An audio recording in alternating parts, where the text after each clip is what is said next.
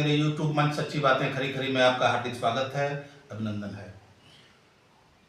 लोकतंत्र का महापर्व चल रहा है। वोटिंग मिर्जापुर जनपद में या मिर्जापुर संसदीय क्षेत्र में 1 जून को वोटिंग है।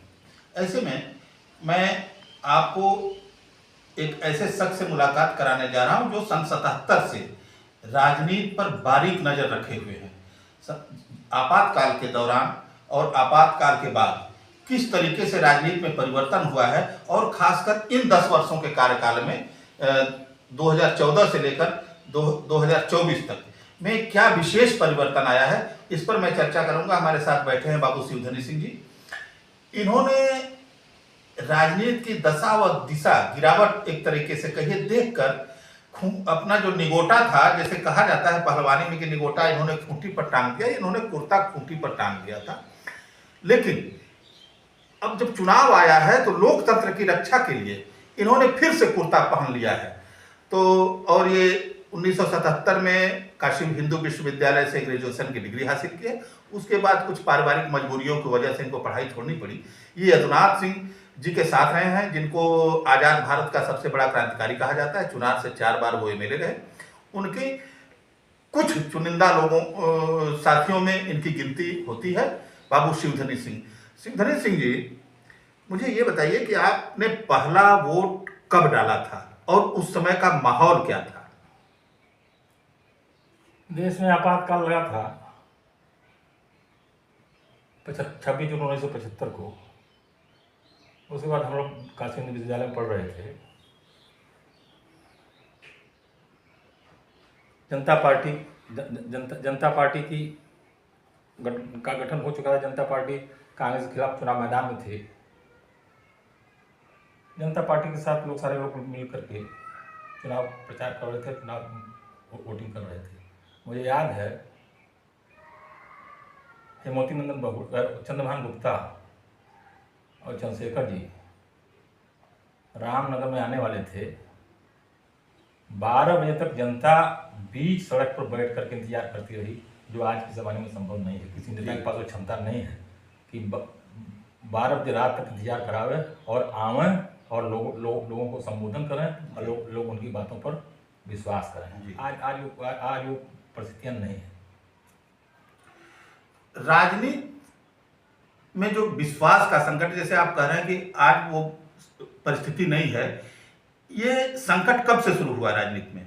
नेताओं के ऊपर से विश्वास कम होने का संकट जब से राजनीति में बाहुबली, माफिया, धनाढ़ लोगों का प्रवेश राजनीतिक दलों में बेखौफ राजनीति करने के लिए जब प्रवेश किया गया तो लोगों का विश्वास धीरे धीरे जनताओं पर से उठने लगा। जी, आप 1980 से जब से जगन्नाथ सिंह विधायक थे, आप उनके करीबियों में से जाने जाते हैं। तो 1980 से लेकर 1993 तक वो विधायक थे। आप राजनीति में सक्रिय भी थे उस दौरान। उस समय की राजनीतिक परिस्थिति किस तरह की थी? कैसे लोगों को जनता पसंद करती थी? अब जान लीजिए, जगन्नाथ सिंह पहला चुनाव लड़े थे रामनगर विधानसभा क्षेत्र से, मुगलसराय विधानसभा क्षेत्र से। उनके खिलाफ कांग्रेस के उम्मीदवार थे और लोक दल के टिकट पर रंजीत प्रसाद यादव चुनाव लड़े थे। जगन्नाथ सिंह छात्र राजनीति से रामनगर में रहते थे। जो आज लोग कहते हैं कि कार्यकर्ताओं का अभाव, पार्टी का कैडर बोर्ड क्या है।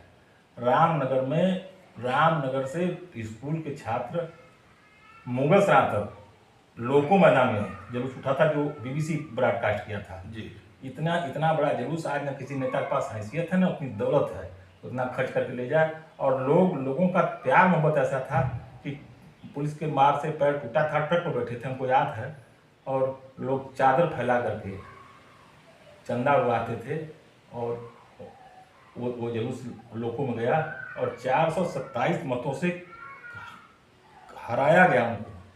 पहली बार जब वहाँ एजेंटों को प्रवेश नहीं करने दिया गया और उनको मोहर नहीं दिया गया, अंगूठा लगाया गया, 427 वोट से रंजीत प्रसाद यादव को जिताया गया और उनको हराया गया।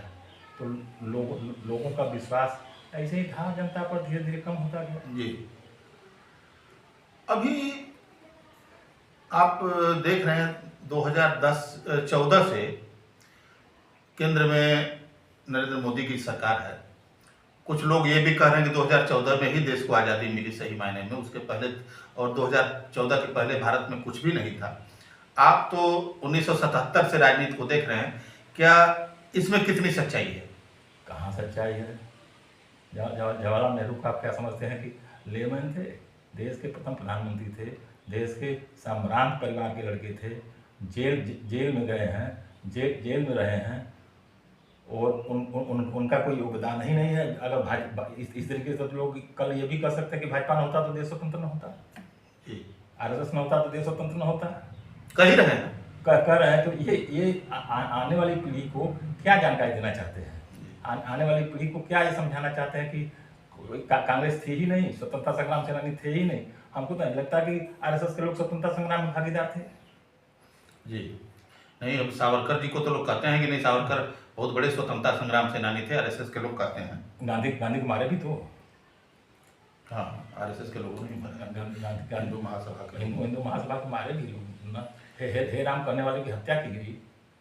तो अभी देश में राजनीति में धर्म के नाम पर राजनीति चलेगी। देश में लोकतंत्र धर्म के आधार पर चलेगा, चाहे शरीयत हो चाहे हिंदू लॉ हो। ऐसा नहीं है, धर्म के नाम पर राजनीति नहीं चलेगी। लेकिन आज जो वोटों का ध्रुवीकरण किया जा रहा है वो ही आज तो लोकतंत्र पूरा का पूरा खतरे में। जी, पूरा का पूरा खतरे में, संविधान खतरे में। आपको लग रहा है क्या कि अगर 2024 में ये सरकार की पुनर्वापसी हुई तो क्या फिर तहस-नहस हो जाएगा? आगे चुनाव होगा या नहीं होगा? संभव भी नहीं हो सकता जी, संभव भी नहीं हो सकता। क्या जनता में ताकत ही नहीं रह जाएगी उनका विरोध करे। धीरे धीरे जनता को किस तरीके से पंगु बनाया जा रहा है, थोड़ा सा इस पर प्रकाश डालिए। जनता को 5 किलो अनाज दे करके, किसान को 2000 रुपया दे करके 10 किलो यूरिया कम कर दे रहे हैं। ये उनको जो आर्थिक तौर पर उनका विकास होना चाहिए। हमको तो नहीं लगता कि पिछड़े वर्ग का लड़का, मिडिल क्लास का लड़का, शेड्यूल क्लास का लड़का 10 साल के बाद किसी यूनिवर्सिटी में पढ़ाई करने जाएगा, उसके लिए जगह ही नहीं रहेगी। तो धीरे धीरे लोगों को ये समझ में आने में इतना देर हो जाएगी कि पूरा का पूरा ढांचा ही समाप्त हो जाएगा। फिर खड़ा होने में मुश्किल होगी, ज़्यादा मुश्किल होगी। फिर एक दूसरी क्रांति होगी। अभी जो यहाँ मतदान होगा, 2 चरण का हो चुका है मतदान, तमाम जो मतदान का प्रतिशत कम हुआ है, इसका कारण आप क्या मानते हैं? लोग निराश हैं, हताश हैं, कहाँ वोट डालने जाएंगे? मतलब इस निराशा इस कदर हो गई है कि लोग वोट डालने ही नहीं जा रहे। क्या जाएंगे? जानते हैं कि क्या होगा। अभी आप देखिए, सुप्रीम कोर्ट का आया है कि वीवीपैट पर कोई मतलब नहीं है। तो ऐसा ही है। लोग, हम नहीं कह रहे हैं कि ईवीएम में ही दोष है, ईवीएम में दोष नहीं है, लेकिन जो स्थितियाँ हैं, जो देश की संवैधानिक संस्था हैं, उन पर छूट किया जा रहा है। देश में पहली बार सीटिंग जज, सुप्रीम कोर्ट के सीटिंग जज 4 जज बाहर प्रेस कॉन्फ्रेंस कर रहे हैं। अभी देश में कानून रह ही रहा है जी। 4 सिटिंग जजेज जो है, लोग बाहर सड़क पर प्रेस कॉन्फ्रेंस कर रहे हैं। उस पर सरकार मौन, मणिपुर पर सरकार मौन, चंडीगढ़ पर सरकार मौन। मेयर चुनाव, ये क्या है कि ये जो संस्थाएं हैं, उच्च संस्थाएं, वो प्रभावित नहीं हो रही हैं। लेकिन उस पर बोलेगा कौन? आप बोलेंगे तो फिर उस आपातकाल को आपने भी देखा था, जो 75 से 77 तक का जो आपातकाल था, उसको आपने देखा। और ये जो 10 साल चल रहा है, खासकर 14 से 19 वाला नहीं, 19 से 24 वाला, ये 5 साल जो चला, क्या दोनों में कोई समानता है क्या? दोनों आपातकाल, उस आपातकाल में और इस समय में? उस समय तो इंदिरा जी का, मान लीजिए, घोषित आपातकाल था। ये अघोषित है, ये आपातकाल अघोषित है, और पूरा का पूरा आपातकाल में ही चल ही रहा है। कहीं कोई किसी के खिलाफ बोल नहीं सकता, कहीं आवाज़ नहीं उठा सकता। आवाज़ उठाएंगे तो आपको देशद्रोही करार दे दिया जाएगा। इनके पास जो जाएगा ईमानदार हो जाएंगे। हमको याद है, हार्दिक पटेल को देशद्रोह का मुकदमा लगा था, बीजेपी ज्वाइन कर लिया, देशद्रोह का मुकदमा हटा लिया गया। ये क्या है? विरोध कर रहे हैं तो बताइए। नहीं, सही कह रहे हैं आप। हार्दिक पटेल गुजरात का देशद्रोह का मुकदमा लगा था, और वो बीजेपी के खिलाफ राजनीति करते थे। जो ही बीजेपी में गए, देशद्रोह का मुकदमा हटा लिया। महाराष्ट्र का भी उदाहरण है। आप न्यायालय हो, न्यायालय का काम करोगे, कहीं जेल में हत्याएं हो रही हैं, कहीं सड़क पर कस्टडी में हत्या हो रही है, कहीं कुछ हो रही है, ये सब क्या है? हमें नहीं कहना है कि ये लोग बहुत दूध के धुले हैं, जी, लेकिन ऐसा नहीं है कि और लोग जो उनके साथ हैं वो दूध के धुले हैं, उनके खिलाफ कार्रवाई क्यों नहीं हो रही? लेकिन अब कहने में डर लगेगा ना। आपको भी डर लग रहा है? बिल्कुल लगेगा, बिल्कुल डर लगेगा। मैं जो वातावरण खराब हो रहा है, वातावरण में कहाँ आप बोल पाएंगे? जो लोग विरोध भी करना चाहते हैं वो कमजोर अवस्था में है, अपना पढ़े। यही लोकतंत्र के लिए खतरा है कि बोलने में भी डर लग रहा है। जहाँ बोलने की आज़ादी होनी चाहिए वहाँ बोलने में डर लग रहा है। तो भयभीत व्यक्ति अपना मतदान कहाँ कर तो सकता है? 2024 का जो चुनाव 1 जून को होना है, तो इस बार आप भी वोट डालेंगे और लोगों को आप जागरूक नागरिक हैं, क्योंकि कुर्ता आपने फिर खूंटी पर से उतार के पहन लिया है, तो आप क्या मैसेज देंगे कि लोग किस चीज पर वोट दें? लोकतंत्र बचाने के नाम पर दें, धर्म के नाम पर दें, विकास के नाम पर दें? पूरा का पूरा धर्म और जात की राजनीति पर वोट पड़ रहा है। किसी कोई मानने वाला है?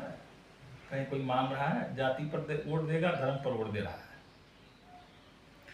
नहीं, आप क्या मैसेज कहना चाहिए कि जाति पर दो, धर्म पर दो, लोकतंत्र के नाम पर दो, लोकतंत्र बचाने के नाम पर दो? आप क्या मैसेज देंगे? कहाँ बचाएंगे? कल जीत के जाएंगे, उसमें से उसमें हो जा रहे हैं, उसमें से उसमें हो जा रहे हैं। किसको क्या करेंगे? यहाँ प्रिया है अपना, कोई भी वोटर है तो 2 बार से MP रही हैं, लोग उनको वोट देंगे।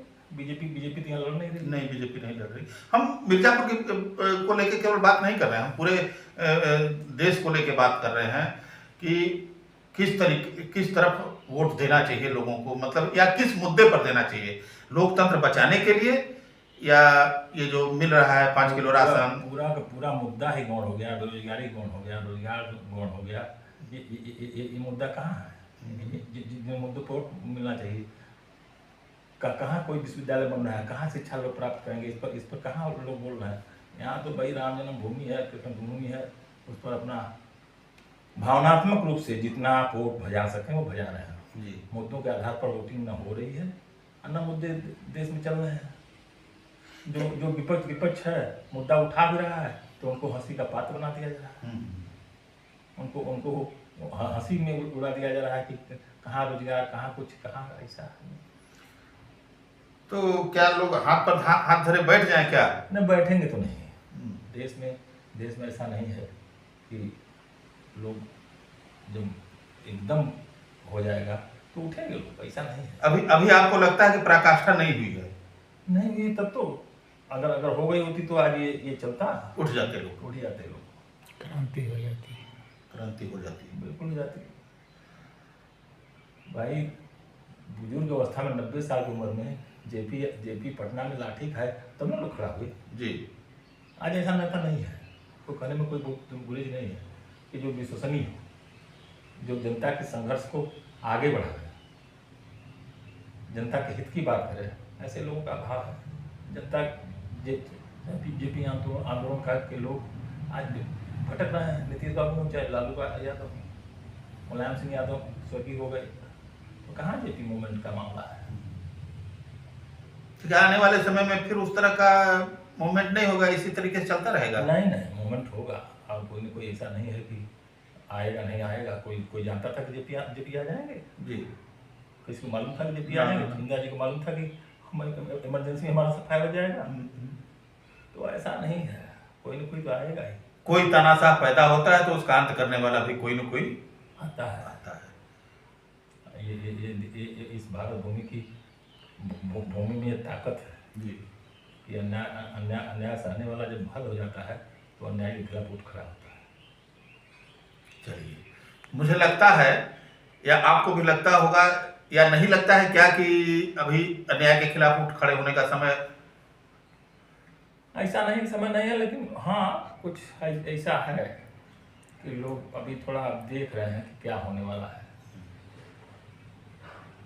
चुनाव चल रहा है, जी, देश का लोकतंत्र महापर्व है। हाँ। अब इसमें इसको कहाँ दिखाया जा सकता है? जी। अच्छा, आखिरी सवाल सिद्धेश सिंह जी, बड़ा हल्ला हो रहा है कि फिर से मोदी सरकार आएगी तो संविधान बदल दिया जाएगा, हिंदू राष्ट्र घोषित कर दिया जाएगा। आपको इसमें कितनी सच्चाई लग रही है कि ये सरकार बनेगी तो? सेकुलर पाने को कहाँ आप तोड़ पाएंगे? वोट लेने के लिए आप हिंदुज़म की बात कर लीजिए, कहाँ कर पाएंगे? सेकुलर को आप तोड़ देंगे? हिंदू मुस्लिम की जो गंगा जमुनी संस्कृति है उसको तोड़ देंगे? आप आतंक पैदा कर सकते हो, खौफ पैदा कर सकते हो, लेकिन उनको तोड़ नहीं सकते। तोड़ने में देश टूट जाएगा। चलिए सिद्धनी सिंह जी, बहुत बहुत धन्यवाद। साथियों, सिद्धनी सिंह जी बोल रहे हैं कि उम्मीद जिंदा है और जिस दिन इसकी पराकाष्ठा होगी तानाशाही की, भारत की जनता खुद ब खुद खड़ी हो जाएगी और उस तानाशाह को ख़त्म करेगी, देश में लोकतंत्र की फिर से स्थापना होगी। हो सकता है कि वोट के जरिए करे, या यदि उसके समझ में किसी कोई और माध्यम आएगा तो उस माध्यम से वोट का ही जरिया काफ़ी है। वोट का ही जरिया काफ़ी है।